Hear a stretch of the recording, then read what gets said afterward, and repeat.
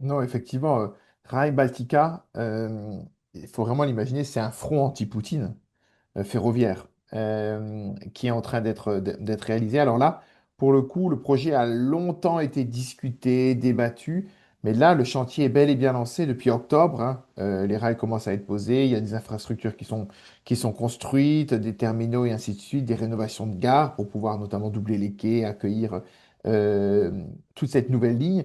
Puisque vous l'avez dit, tout l'enjeu, c'est évidemment d'avoir une ligne à écartement européen pour pouvoir relier les trois pays baltes, hein, Estonie, Lettonie, Lituanie, au reste de l'Union européenne. Aujourd'hui, ces pays, par leur écartement, sont reliés à la Russie. Et bien sûr, face à la menace russe, et d'autant plus depuis la guerre en Ukraine, les trois pays baltes veulent pouvoir se rapprocher du reste de l'Union européenne pour le transport des passagers, bien évidemment, des marchandises, parce qu'on est vraiment dans un axe au cœur entre l'Est et l'Ouest de l'Europe. Donc, en logistique, c'est évidemment très important. Il y a notamment un terminal intermodal à Kaunas, qui est une infrastructure très importante en la matière, mais aussi pour le transport de militaires.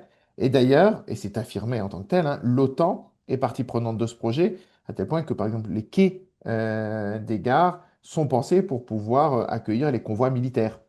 Donc, l'aménagement se fait avec l'OTAN. Le financement, c'est une grande partie, évidemment, apportée par l'Union européenne, également par les différents pays. Et ils ont donc créé, il y a une structure qui a été créée qui réunit les trois pays. Le siège est à Riga, en Lettonie. Et donc là, maintenant, cette traversée des pays baltes, elle est bel et bien lancée. Le chantier bat son plein. L'ouverture de la ligne est prévue en 2030. La seule interrogation, et là, elle reste importante, c'est pour le tunnel, qui était et qui est un projet absolument incroyable. Ce serait le plus long tunnel sous-marin au monde, et qui devait faire partie des nouvelles routes de la soie chinoise. Alors évidemment, la guerre en Ukraine a un peu changé la donne. Compliqué pour la Chine de Xi Jinping de s'allier directement avec les pays baltes, d'autant plus aussi que certains pays baltes reconnaissent Taïwan.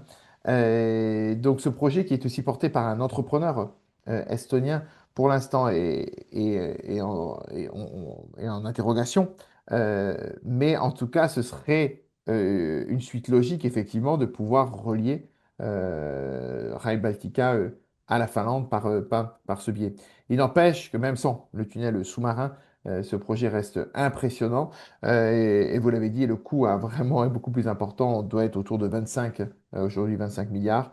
Et donc, effectivement, parce que c'est un vrai défi d'ingénierie avec aussi ces oppositions des communautés russophones qui voient ce projet comme un projet purement atlantiste.